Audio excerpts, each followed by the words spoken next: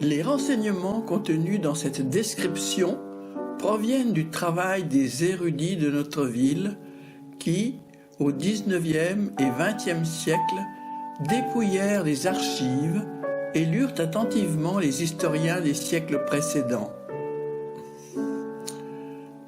Albert Bernard, Charles Dard, Henri Curé. Jean Martin fit en plus un vrai travail d'archéologue. Actuellement, Benjamin Saint-Jean-Vitus, dans sa thèse et les fouilles qu'il a pu entreprendre, offre un apport important dans la datation et la compréhension du site. L'ensemble abbatial reste en grande partie en élévation, à peu près semblable à ce qu'il fut.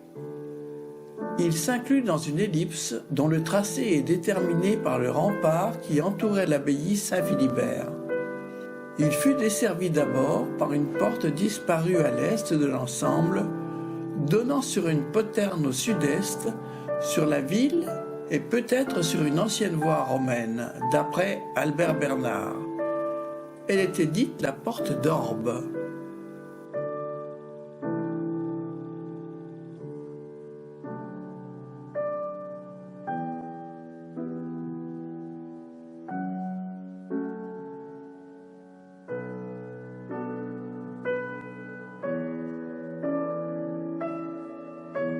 La grande entrée actuelle de l'abbaye, la porte des Champs, un peu plus tardive, rue Albert Thibaudet, s'ouvrait sur la route de Châlons. Benjamin Saint-Jean-Vitus la date de la fin du XIIIe siècle. Elle présente encore 2 tours qui encadraient une porte fortifiée couverte sur toute sa longueur. Elle était précédée d'un pont-levis et d'un fossé et encadrée de 2 tours enchâssées l'une et l'autre dans les bâtiments. Cet ensemble était le siège primitif de l'auditoire de justice et contenait les prisons de l'abbé où étaient enfermés les prisonniers dans une situation plus ou moins dure selon le degré de gravité de leur faute. Pour les criminels, dans un terrible cachot où l'on ne pouvait se tenir debout. Pour les autres, dans des chambres. Ceux-là bénéficiaient d'une chapelle et de conditions relativement plus confortables. La place de l'abbaye entoure le côté nord de l'abbatiale. On a pu y repérer, lors de fouilles occasionnelles, les traces de l'ancien mur du rempart, auquel s'adossèrent progressivement des bâtiments conventuels et, dès la fin du Moyen-Âge, des maisons de dignitaires de l'abbaye. Les chanoines qui prirent leur succession les réparèrent et les investirent à leur tour. On peut connaître celle de la fin du Moyen-Âge par la description détaillée que l'on fit faire par des gens de justice et de métier après le sac de l'abbaye de 1562. 2 procès-verbaux furent établis qui ont été transcrits par M. Albert Bernard dans un bulletin de la Saste paru en 1914. Bien entendu, au cours des périodes qui suivirent, leur destination a pu évoluer et les renseignements que peut fournir Juénin au XVIIIe ne coïncident pas avec ceux des procès-verbaux. 2 siècles les séparent et les moines sont devenus des chanoines soumis à des règles différentes, plus ouvertes sur le siècle, c'est-à-dire sur le monde extérieur, au début du XVIIe.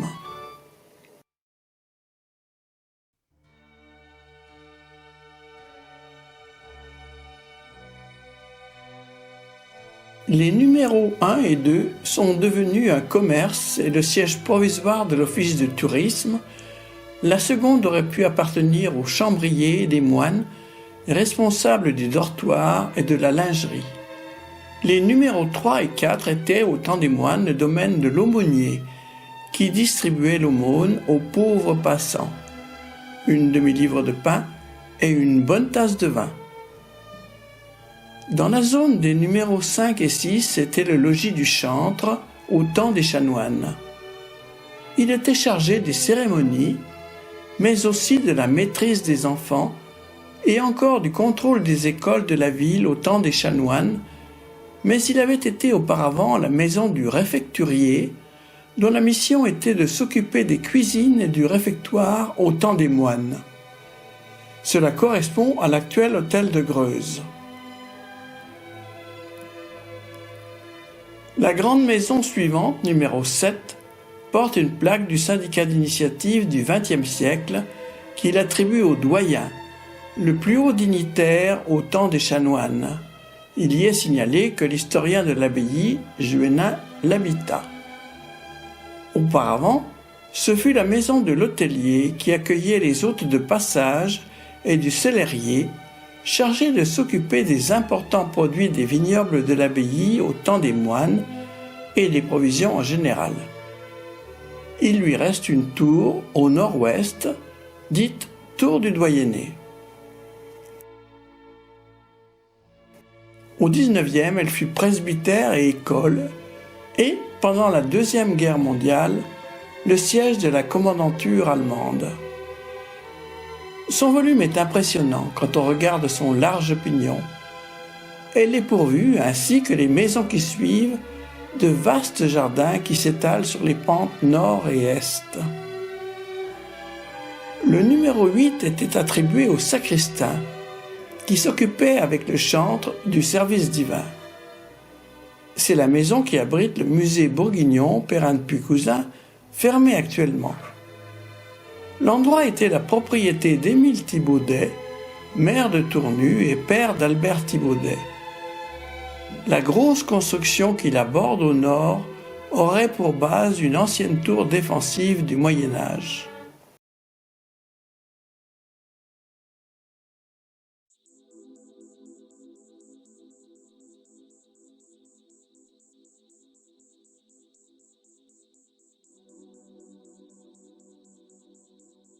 Au numéro 9, sur la tour dite du trésorier, une plaque rappelle que la maison attenante, celle du trésorier, fut celle où vécut Albert Thibaudet. Il a été à la fois professeur, critique littéraire, penseur et historien de la politique française pendant la première moitié du XIXe siècle.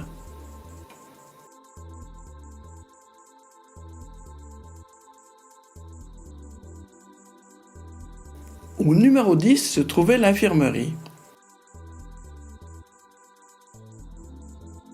On peut encore y trouver une des anciennes tours du rempart, dont on aperçoit le toit depuis la rue en prenant du recul.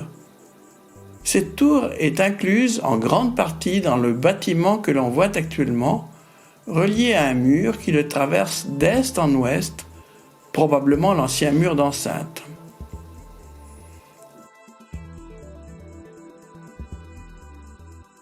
Des restes de dispositifs défensifs demeurent dans les étages inférieurs, archères et canonnières qui étaient accompagnés d'une sorte de poterne ouvrant sur des jardins extérieurs.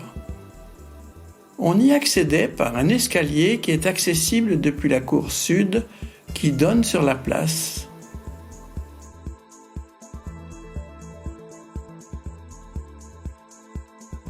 Le sous-prieur habitait le numéro 11.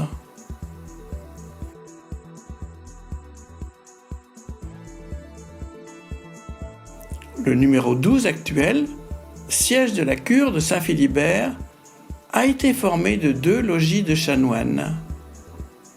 Il forme une sorte de L et possède 2 belles galeries superposées du côté est, dont la vue donne sur la Saône en direction de la Bresse.